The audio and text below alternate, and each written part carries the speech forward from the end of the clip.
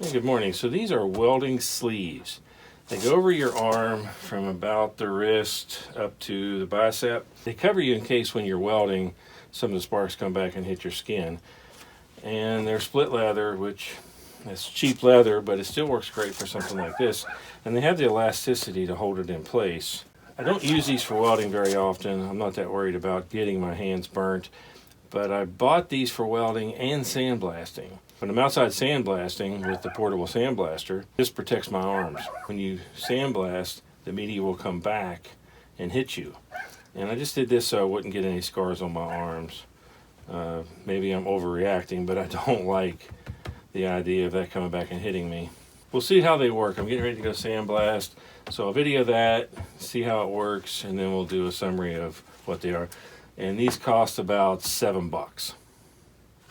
And I thought that was a pretty good deal. Not right now. We're getting here a little bit. We're getting ready to eat. Leave your plate warm. Go ahead and just play for now. You get out for this 10 to 15 minutes.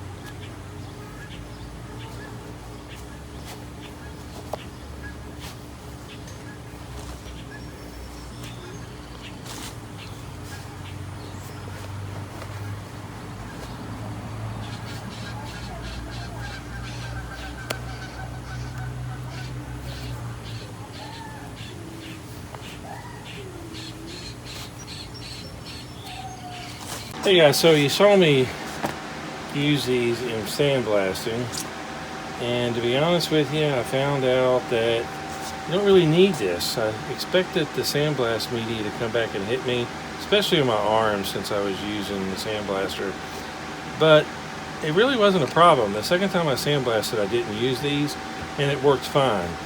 Maybe if I was working up over my head, it would become more important, but these are actually welding sleeves.